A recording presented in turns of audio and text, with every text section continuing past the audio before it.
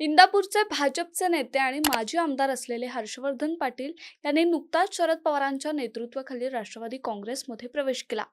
शरद पवारांच्या उपस्थितीत झालेल्या या पक्षप्रवेश कार्यक्रमानं इंदापूरमधील राजकीय समीकरणं आता बदलली आहेत.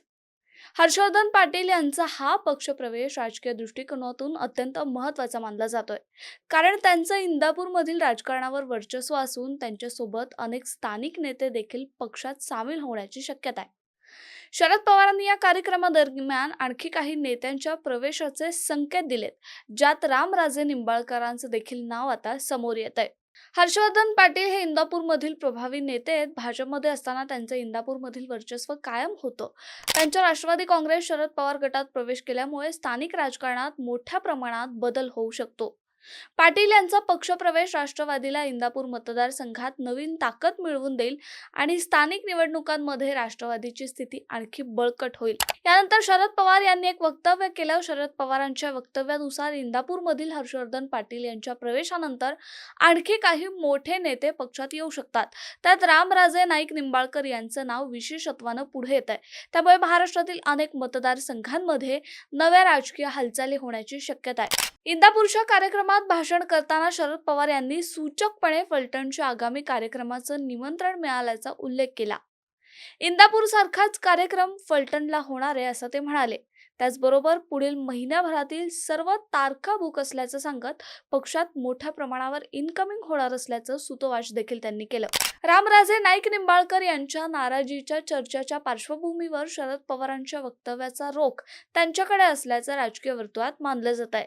रामराजे लवकरच निर्णय घेतील अशी शक्यता वर्तवली जाते.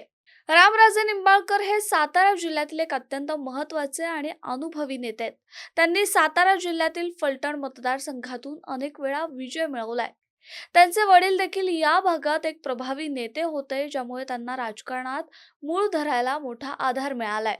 ते शरद पवारांचे अत्यंत विश्वासू सहकारी म्हणून मानले जात होते आणि त्यांनी राष्ट्रवादी काँग्रेसच्या स्थापनेपासूनच या पक्षात महत्त्वाची भूमिका बजावली होती.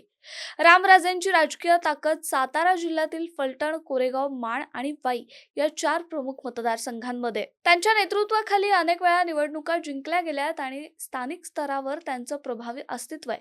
त्यामुळे जर रामराजे निंबाळकर शरद पवारांच्या गटात पुन्हा आले तर राष्ट्रवादी काँग्रेसला सातारा जिल्ह्यात मोठा फायदा होऊ शकतो. रामराजे निंबाळकर हे शरद पवारांचे अत्यंत जवळचे सहकारी होते. अनेक वर्षांपासून ते राष्ट्रवादी काँग्रेसमध्ये शरद पवार यांच्यासोबत काम करत होते.